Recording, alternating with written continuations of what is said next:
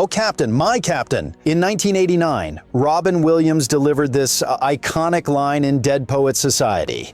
But what if that performance had been his last? What if Robin Williams had died in 1989 at the peak of his early fame? No Mrs. Doubtfire setting her kitchen ablaze. No genie in Aladdin, no Good Will Hunting, the role that won him his only Oscar. After analyzing Williams's career trajectory, studying interviews with his collaborators, and mapping the evolution of entertainment in the 90s, I've uncovered something shocking. Steven Spielberg personally called Williams every night during the filming of Schindler's List to make him laugh and escape the darkness of shooting. This single connection reveals how uniquely Williams blended humor with profound emotion. His genius transformed not just comedy and film, but our entire cultural understanding of mental health. This isn't just about missing some great movies. Williams's unique gifts changed how we blend humor with heart, revolutionized how Hollywood treats comedic actors, and transformed public conversations about depression and addiction. Today, we're exploring the profound ripple effects of a world without the man who taught us. It's not our fault.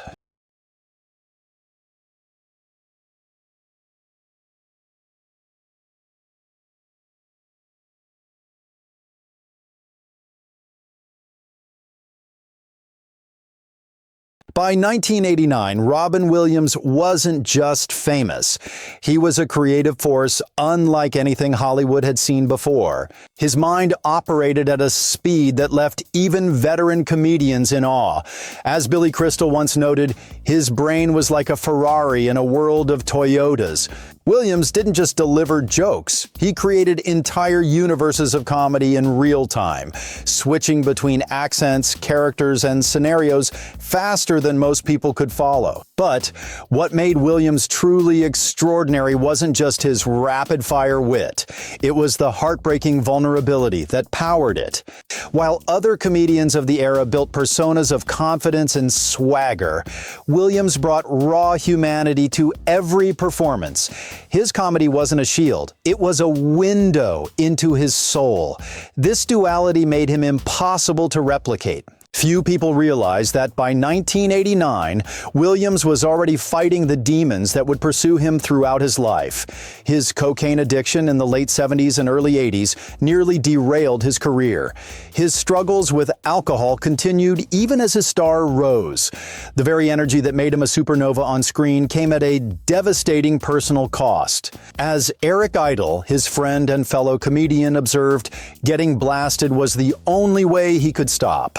Williams' mind never slowed, a blessing for his art, but often a curse for his peace. By 1989, Williams had evolved from the alien oddball of Mork and Mindy to a respected actor taking dramatic risks.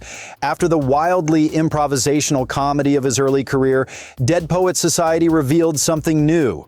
Williams could harness his energy into subtle, powerful, dramatic performances. The character of John Keating became one of his most beloved roles, earning him an Academy Award nomination and proving he could move audiences without relying on his manic comedic energy. As he stood on his desk proclaiming "Carpe Diem," Williams wasn't just performing, he was transforming.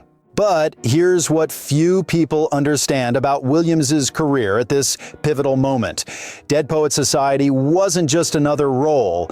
It was the first glimpse of what would become his most profound contribution to cinema, the perfect fusion of humor and heartbreak. If Williams had died in 1989, we would remember him as a brilliant comedian who showed promise as a dramatic actor. We would never know the extraordinary heights he would reach in the decades that followed, or how his personal struggles would ultimately inform his most powerful work. The fragile brilliance that made Williams special was just beginning to find its fullest expression. What came next would change cinema forever.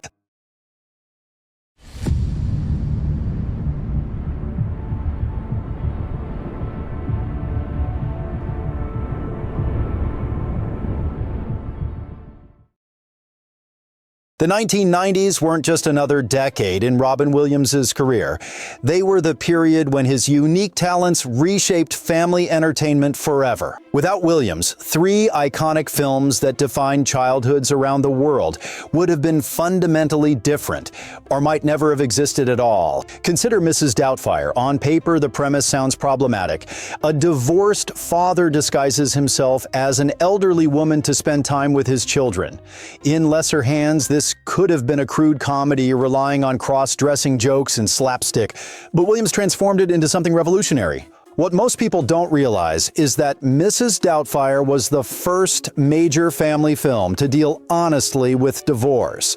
Williams didn't just make us laugh with his transformation into Euphegenia Doubtfire. He broke our hearts with lines like, "But if there's love, dear, those are the ties that bind, and you'll have a family in your heart forever." Without Williams, would Steve Martin, reportedly considered for the role, have found that perfect balance between comedy and genuine emotion?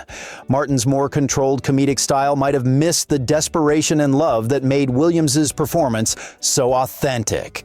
The film grossed $441 million worldwide, not just because it was funny, but because it was true. Then there's Aladdin, the film that revitalized Disney animation in the 1990s.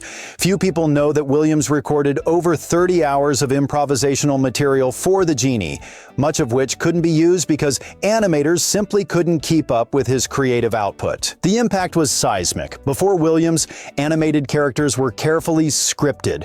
After him, major stars were cast specifically for their improvisational abilities. The entire approach to voice acting and animation changed because of what Williams accomplished. Disney reportedly considered alternatives like John Candy or Eddie Murphy if Williams declined, but would either have created the same magical combination of heart and humor.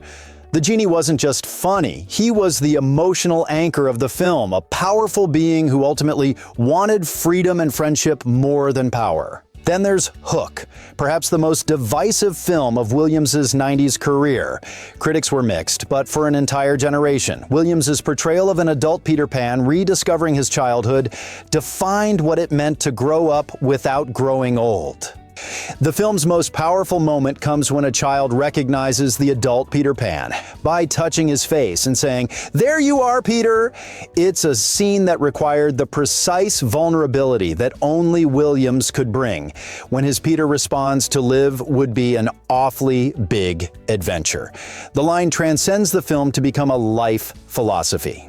Dustin Hoffman might have been considered for Peter had Williams declined, but his calculating intensity would have created an entirely different film, missing the childlike wonder that made Williams perfect for the role. These three performances shared a common thread: Williams' unique ability to make fantastical situations emotionally authentic.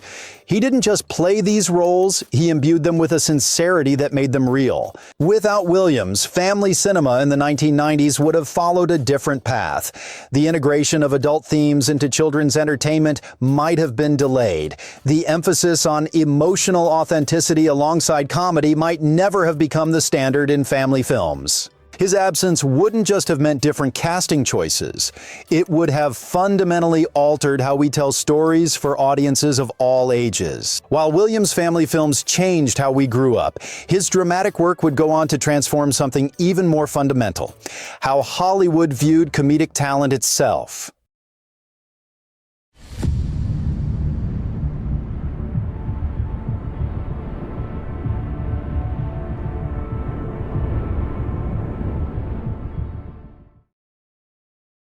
Good Will Hunting represents the pinnacle of Williams' dramatic evolution. As psychologist Sean McGuire, Williams delivered a masterclass in restrained emotion, miles from the hyperactive energy of his comedic performances. The role earned him his only Academy Award and permanently changed Hollywood's perception of comedians. The most powerful scene, where Maguire repeatedly tells Will Hunting it's not your fault until the young man breaks down, has become one of cinema's most cathartic moments. What few viewers realize is how deeply personal this performance was for Williams. Having battled his own demons, Williams wasn't just acting, he was channeling his understanding of pain and healing. Without Williams's Oscar-winning performance, would Hollywood have embraced comedians in dramatic roles so readily? Before Good Will Hunting, comedians rarely received serious dramatic consideration. Jerry Lewis, despite his immense comedic fame, attempted a dramatic turn in the 1972 film The Day the Clown Cried, about a clown in a Nazi concentration camp.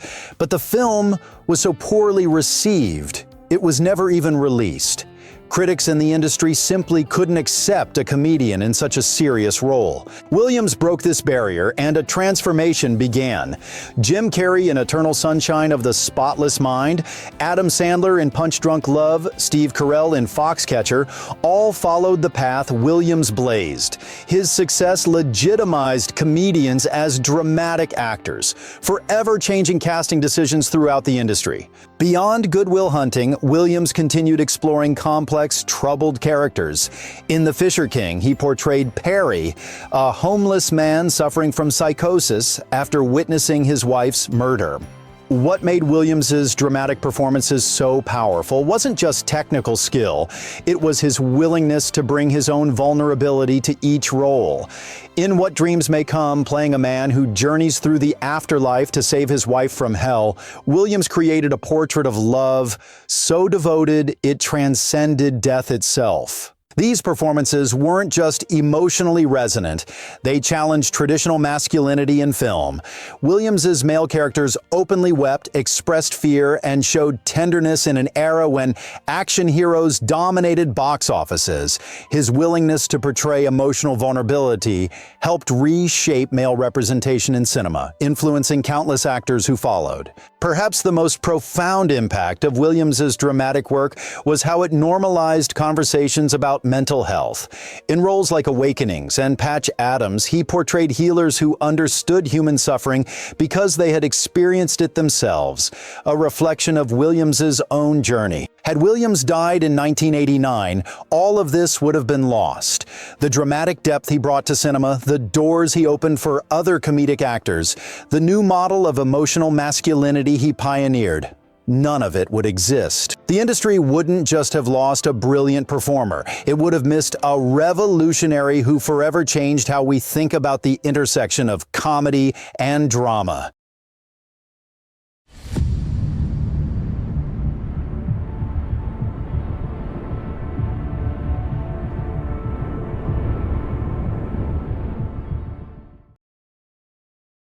Robin Williams' impact extended far beyond entertainment. He fundamentally changed our cultural conversation about mental health. Long before celebrities openly discussed depression and addiction, Williams spoke candidly about his struggles. In a 2006 interview, he admitted, "Cocaine is God's way of telling you you're making too much money." His honesty about substance abuse and mental health challenges helped normalize these conversations at a time when such admissions could end careers. What makes Williams's advocacy particularly significant was its timing. In the 1990s and early 2000s, mental health stigma remained powerful. Williams's willingness to discuss his own battles publicly without sacrificing his status as a beloved figure helped bridge the gap between perception and reality. This openness created space for others. After Williams, celebrities from Jim Carrey to Dwayne Johnson began speaking about their depression. Without Williams pioneering this transparency, would this shift have happened so quickly or effectively? Beyond his personal candor, Williams's compassion manifested through substantial action. Few people realize the extent of his humanitarian work. Through Comic Relief, which he co-hosted with Whoopi Goldberg and Billy Crystal, Williams helped raise nearly $50 million for homeless Americans, many suffering from mental illness and addiction. His commitment to the USO is equally remarkable. Between 2002 and 2013, Williams performed for nearly 9 90,000 troops across 13 countries. These weren't cursory appearances. They were heartfelt connections with service members struggling with PTSD and the psychological impacts of war. What separates Williams's advocacy from many celebrity causes was his personal investment. He didn't just lend his name, he gave his heart. This authenticity made his advocacy uniquely effective, creating ripples that continue today. Perhaps most profoundly, Williams' own death in 2014, later linked to Lewy body dementia, created a national conversation about depression, suicide, and neurological disorders. The public outpouring of grief became a catalyst for awareness, with calls to suicide prevention hotlines increasing 300% in the weeks following his death. Had Williams died in 1989, this evolution in how we discuss mental health might have taken a different path. His unique combination of universal beloved status and unflinching honesty made him the perfect bridge between entertainment and advocacy. The comedy world, too, was transformed by Williams's influence. His openness helped create space for comedians like Maria Bamford, Hannah Gadsby, and Bo Burnham to explore mental health in their art. The notion that comedy could be both hilarious and healing became more accepted because Williams embodied that duality. In losing Williams in 1989, we wouldn't just have lost iconic performances. We would have lost a pioneering voice that helped reshape our cultural understanding of mental illness, creating ripples that continue to save lives today.